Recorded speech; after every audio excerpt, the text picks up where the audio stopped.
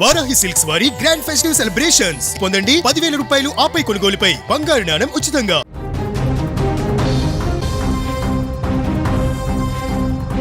ఉత్తర Atlantic మహాసముద్రం ఇప్పుడు అగ్నిగుండంలా మారుతుంది. మొన్నటికి మొన్న ఉక్రెయిన్ యుద్ధం, నిన్నటి గాజా గొడవలు మరవక ముందే ఇప్పుడు అగ్రరాజ్యం అమెరికా రష్యాకు చెందిన ఒక ఆయిల్ ట్యాంకర్ను నడి సముద్రంలో అడ్డగించి సీజ్ చేసింది. రష్యా జెండాతో వెళ్తున్న మారీ మెరా అనే ట్యాంకర్ను అమెరికా బలగాలు తమ అదుపులోకి తీసుకున్నాయి. దీనికి కౌంటర్గా రష్యా వెంటనే తన భద్రతా బలగాలను ఒక జలంతర్గామిని అక్కడికి పంపడంతో పరిస్థితి యుద్ధ వాతావరణాన్ని తలపిస్తుంది.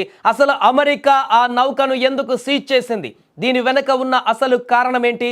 దీనివల్ల ఎవరికి లాభం, ఎవరికి నష్టం? ఈ ఘటనతో రష్యా అమెరికా మధ్య యుద్ధం మొదలవుతుందా? మారీ మెరా, దీని పాత పేరు బెల్లావన్, ఈ నౌక వెనుజులా నుండి ఆయిల్ను తరలించడానికి ప్రయత్నిస్తుంది. కానీ వెనుజులా ఆయిల్ ఎగుమతులపైన అమెరికా ఆంక్షలు విధించి ఒక రకమైన బ్లాకేడ్ను అమలు చేస్తోంది. అయితే ఈ నౌకను అమెరికా కోస్ట్ గార్డ్ గత కొన్ని వారాలుగా వెంబడిస్తుంది.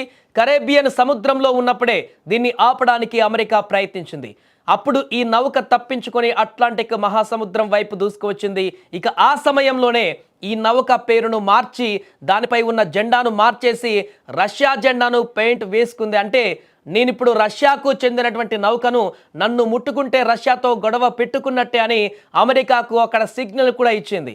అయినా కూడా అమెరికా వెనక్కి తగ్గకుండా ఉత్తర అట్లాంటిక్లో ఐస్లాండ్ దగ్గర ఈ నౌకను సీజ్ చేసింది. దీనికి బ్రిటన్ సహకరించడం అగ్నికి ఆజ్యం పోసినట్లయింది. రష్యా, ఇరాన్, వెనిజులా వంటి దేశాలు అమెరికా ఆంక్షలను తప్పించుకోవడానికి కొన్ని వందల నౌకలను సీక్రెట్గా నడుపుతున్నాయి. వీటినే షాడో ఫ్లీట్ అంటారు. ఇక ఈ మారీ మెరా నౌక కూడా ఆంక్షలున్నటువంటి వెనిజులా ఆయిల్ను దొంగచాటుగా తరలిస్తుందని అమెరికా ఆరోపణ. అందుకే దీన్ని బ్లాక్ లిస్ట్లో పెట్టామని కూడా అమెరికా చెబుతుంది. దీనికి తోడు చేజింగ్ జరుగుతున్నప్పుడు మధ్యలో జెండా మార్చుకోవడం అంతర్జాతీయ చట్టాల ప్రకారం నేరమని, అందుకే అది రష్యా నౌక కాదని, దానికి ఏ దేశము కూడా లేదని అమెరికా వాదిస్తుంది.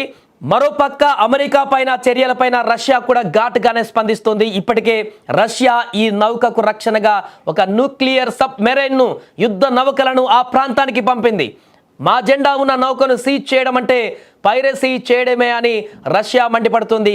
రాబోయే రోజులలో రష్యా తన ఆయిల్ ట్యాంకర్లకు నేవీ ఎస్కార్ట్ పంపడం మొదలు పెట్టొచ్చు, లేదా బ్లాక్ సీలో అమెరికా లేదా ఐరోపా నౌకలను కూడా టార్గెట్ చేయవచ్చు.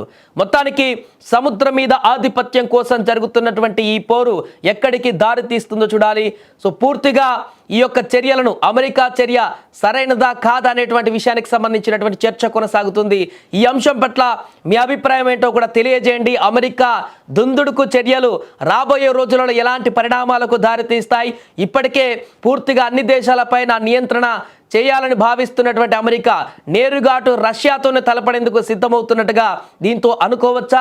ఒకవేళ రష్యా నేరుగా ఇక అమెరికాను అటాక్ చేసేటువంటి పరిస్థితి ఉంటే ఎలాంటి పరిణామాలు రాబోతున్నాయి? మూడో ప్రపంచ యుద్ధానికి దారితీసేటువంటి అవకాశాలు ఏమైనా కనిపిస్తున్నాయా? ట్రంప్ తీసుకునేటువంటి ఇలాంటి నిర్ణయాలు రాబోయే భవిష్యత్తులో అంతర్జాతీయ సమాజంలో తీవ్రమైనటువంటి ఒడిదుడుకులకు కారణమయ్యేటువంటి అవకాశాలు కనిపిస్తున్నాయా? పూర్తిగా మీరేమనుకుంటున్నారో కూడా కామెంట్ రూపంలో తెలియజేయండి. ఏదేమైనా కూడా ప్రశాంతమైనటువంటి వాతావరణాన్ని పూర్తిగా అమెరికా చర్యలతో ఒక్కొక్కటిగా ఒకరోజు ఒక్కొక్క దేశం పైన ఈ యొక్క రకమైనటువంటి పరిస్థితులు తీవ్ర ఆందోళనకు గురి చేస్తున్నాయి.